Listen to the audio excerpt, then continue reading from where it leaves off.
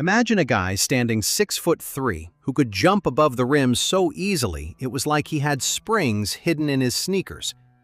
In 1990 Chicago, they talked about him as the future #1 pick in the NBA. Growing up next to him was another prodigy, the one the world would later come to know as Kevin Garnett. But while Garnett's name is known by every basketball fan today, the name of his high school teammate is often recalled only with the question, what actually happened to him? Today, we are breaking down the true story of Ronnie Fields, the man who was called the league's next superstar, and one night that erased it all.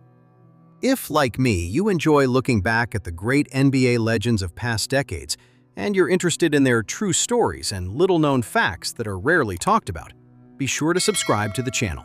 Your support truly helps the channel grow and makes it possible to bring you more videos like this. Thank you. Now, let's continue. This is not fiction or a legend with embellished details. Every name, every date, every number in this video is real, confirmed by the press and by Fields himself in his own interviews. Watch through to the end. There will be a moment that Chicago fans still argue about. What would have happened if that night on the road, there hadn't been that piece of trash? It all started on Chicago's West Side, in a neighborhood where the basketball court is more often a salvation than a pastime. Ronnie Fields made the varsity squad of Farragut Academy as a freshman by basketball standards. That is, as a first-year high school student, when most of his peers were just trying to make the junior varsity. Even then, his vertical jump was estimated at an incredible 127 centimeters for his height. Sports analysts at ESPN named him the nation's top freshman of the 1992 to 1993 season. And they didn't name him for future potential somewhere down the line, but for what he was doing on the court right here and now. Then, a guy who stood 6'6" joined his team, having moved from South Carolina. His name was Kevin Garnett. Together, they formed a duo that opposing coaches feared like fire. Chicago fans still remember the 1994 to 1995 season, not as a good run by a high school team, but as a true show. Garnett scored under the basket, blowing past defenders a head taller than himself, while Fields soared above the court and threw down dunks as if gravity simply did not apply to him. They were dubbed the Electric Duo, and for good reason. They lost only 2 games all season. In the summer of 1995, Kevin Garnett was drafted by the Minnesota Timberwolves with the 5th overall pick, straight out of high school, bypassing college. It was only the 4th time in league history that a player was taken directly from the high school ranks. For Ronnie Fields, that meant one thing. Now it was his turn to carry the team alone. And he delivered. His senior season became legend in Chicago basketball. 32 points, 12 rebounds, 5 assists, 4.5 blocks, and 4 steals per game. And he averaged nearly 5 dunks a contest. That is not an exaggeration by sports journalists. That is the game log from the Chicago Public League. Fields was named Illinois Mr. Basketball, selected to the McDonald's All-American team, and 3 times during his career he made the prestigious Parade All-American squad. He left school as the 3rd leading scorer in the history of the Chicago Public League, with a total of 2,619 points. He was admired not only by college coaches.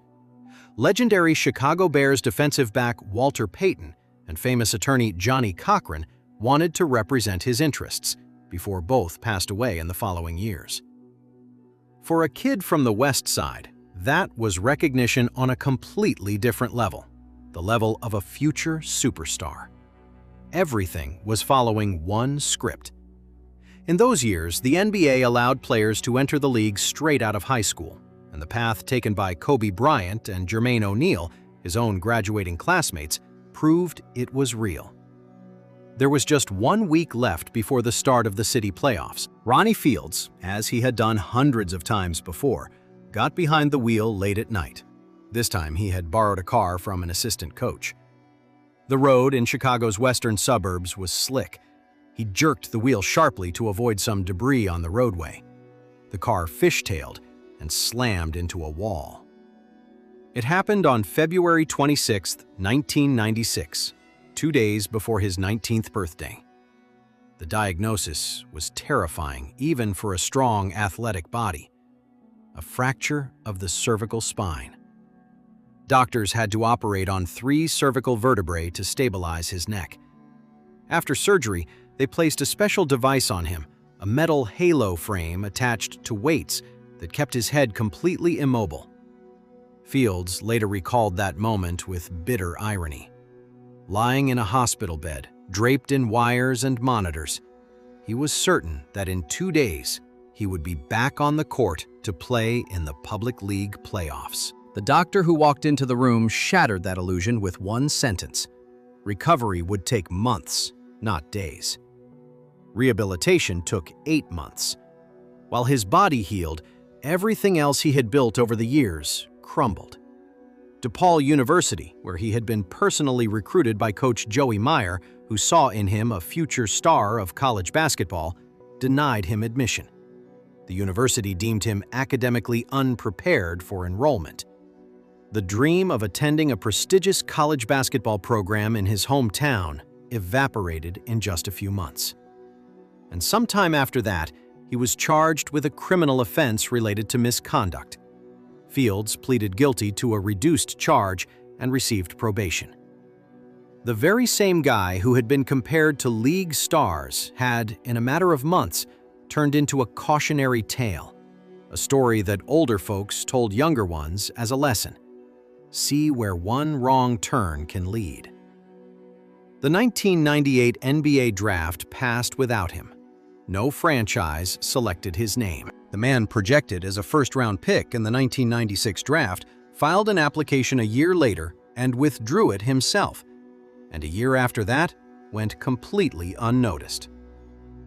It would seem the story should end here, just another failed talent of which there are thousands in sports history. But Fields did not walk away from basketball. He faded into the shadows. For the next 15-plus years, he traveled through leagues that most fans have never even heard of.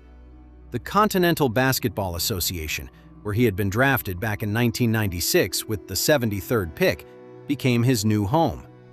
The Rockford Lightning, the Lacrosse Bobcats, Rockford again, the Pennsylvania Valley Dogs, the Philippine club Tendway Rum Masters, the Grand Rapids Hoops, the Chicago Skyliners in the ABA, the Florida Sea Dragons, and that is not even the full list. Then the geography expanded far beyond the United States. Guaros de Lara in Venezuela, PAOK Thessaloniki in Greece, Trotamundos de Carabobo, Delfines de Miranda, again Venezuela, Pinar Karsiaka in Turkey, and eventually the Minot Skyrockets in North Dakota, where, for a man once called the next Kobe Bryant, there was nothing left that resembled the bright lights of the big league. Yet Fields was not just playing out his career for a paycheck. In those leagues, he genuinely dominated. 3 times he was named to the All-CBA first team. 3 times he was an All-Star. Twice he led the league in scoring, and 4 times he led in steals. In his last full season, playing for a team in obscure Minot, he averaged 21 points, nearly 5 assists, and 2.7 steals per game. Those numbers led the league in steals. In other words, that explosive athlete from 1996 had not disappeared. It was just that the stage on which he performed turned out to be nothing like what had been promised to him. While Fields moved from state to state and country to country, his former high school teammate traveled the exact opposite path.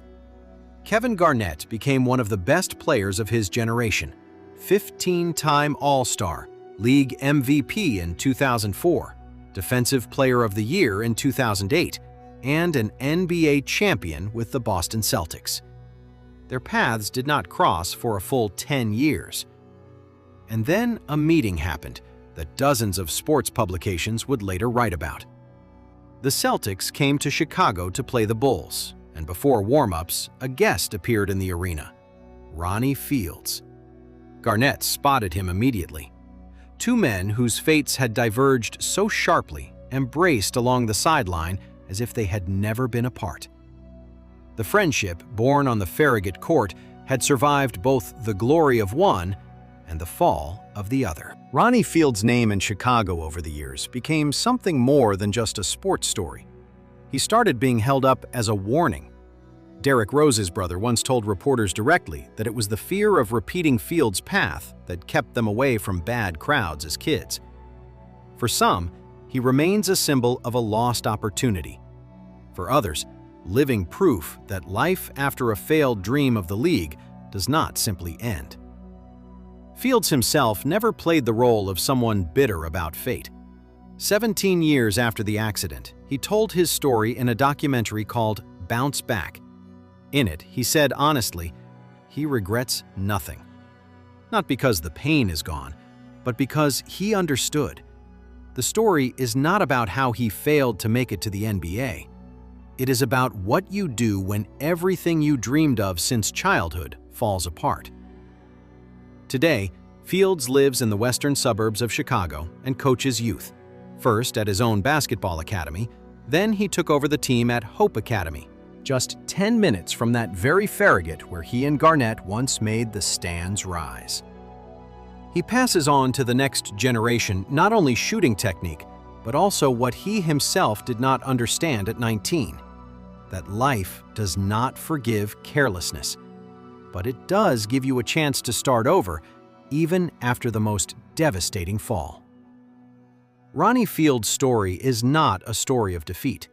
It is a story about how one incredibly talented guy, with one fateful night on a slick road, managed to turn the wreckage of a dream into a new purpose. If you enjoyed this story, there are plenty more real but nearly forgotten fates of players from that era on the channel. Links to those videos have already appeared on screen.